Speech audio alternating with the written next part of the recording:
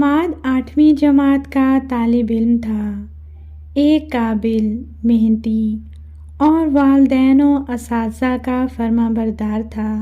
اس کا تعلق گاؤں کے ایک غریب گھرانے سے تھا۔ اس کے والدین اس کو ایک کامیاب انسان بنانا چاہتے تھے۔ والدین کی خدمت کے ساتھ ساتھ ان کی نصیحت بڑے غور سے سنتا اور عمل کرتا تھا۔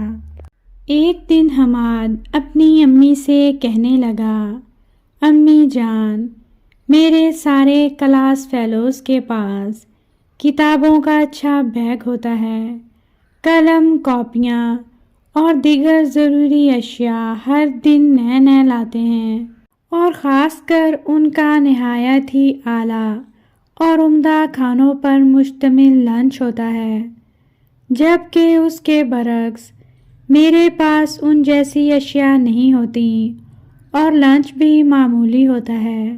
یہ سن کر حماد کی امی اسے سمجھانے لگیں۔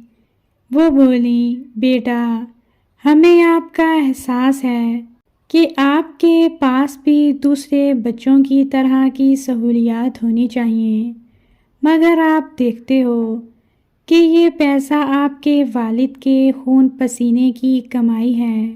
ہم یہ بچا بچا کر آپ کے اسکول کی فیس اور دیگر تعلیمی ضروریات پر خرچ کرتے ہیں۔ حماد اپنی امی کی باتیں غور سے سن رہا تھا۔ اس کی امی کہہ رہی تھیں، بیٹا، تم ناشکری نہ کرو، بلکہ اس کھانے پر اللہ کا شکر ادا کرو۔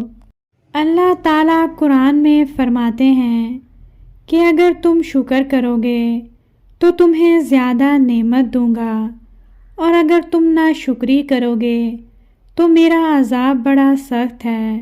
شکر کیا ہے امی جان؟ حماد نے بے چینی سے پوچھا۔ ہمارے تیسرے خلیفہ حضرت عثمان رضی اللہ عنہ کا قول ہے کہ نعمت کو غیر مناسب جگہ خرچ مت کرو۔ یہ ناشکری ہے، امی نے جواب دیا۔